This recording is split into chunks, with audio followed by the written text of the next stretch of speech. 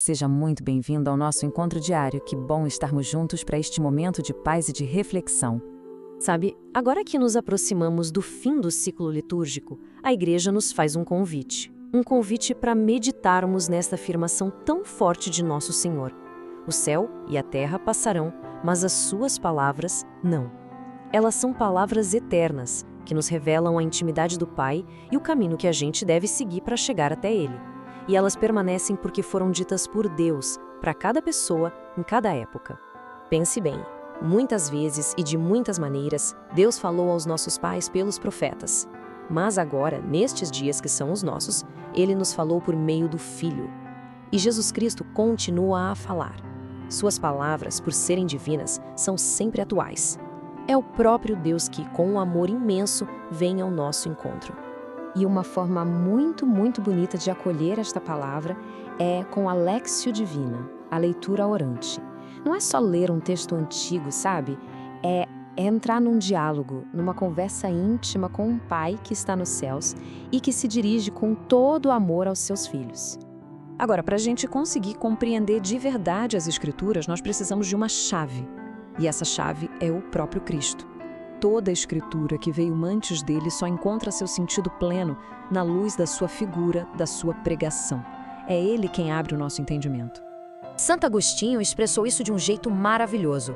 Ouça só a força do que ele disse.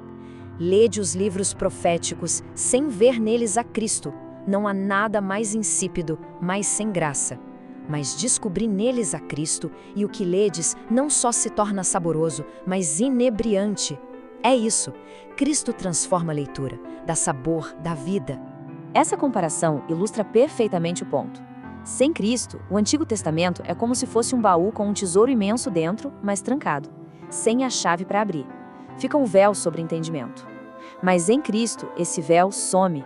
Foi Ele mesmo quem abriu a inteligência dos discípulos para que eles pudessem compreender as Escrituras. Vamos lembrar daquela passagem tão comovente do livro dos Atos dos Apóstolos? A gente vê um oficial etíope, um estrangeiro, lendo o profeta Isaías na sua carruagem. O apóstolo Filipe se aproxima e pergunta: por acaso entendes o que lês? E a resposta do oficial é de uma humildade, de uma sinceridade. Ele diz: como posso entender se ninguém me explicar? E aí está o ponto central. A partir daquela mesma escritura, Filipe anuncia Jesus a ele. Jesus era a peça que faltava para a compreensão. Essa palavra, então, não é só para ser entendida.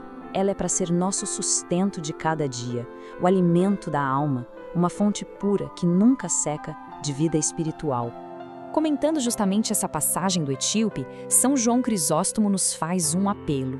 Ele nos lembra que aquele homem lia no meio de uma viagem, em meio às suas ocupações, e conclui: aprendam todos que nenhuma circunstância há impedimento para a leitura divina. Não negligenciemos, rogo-vos, a leitura das Escrituras. Nem o trabalho, nem a família, nem as preocupações, sempre é possível encontrar o momento.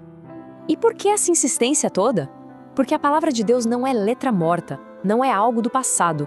A carta aos Hebreus nos ensina que ela é viva, eficaz e mais penetrante que uma espada de dois gumes. Ela vai fundo, no mais íntimo do nosso ser e consegue discernir os pensamentos e as intenções do coração. Ela se renova a cada dia e é dirigida pessoalmente a cada um de nós. E é assim que a nossa própria vida acaba se refletindo nessas páginas, não é mesmo? A gente encontra a nossa história no retorno do Filho Pródigo. Vemos nossa missão na imagem do fermento que transforma a massa do mundo.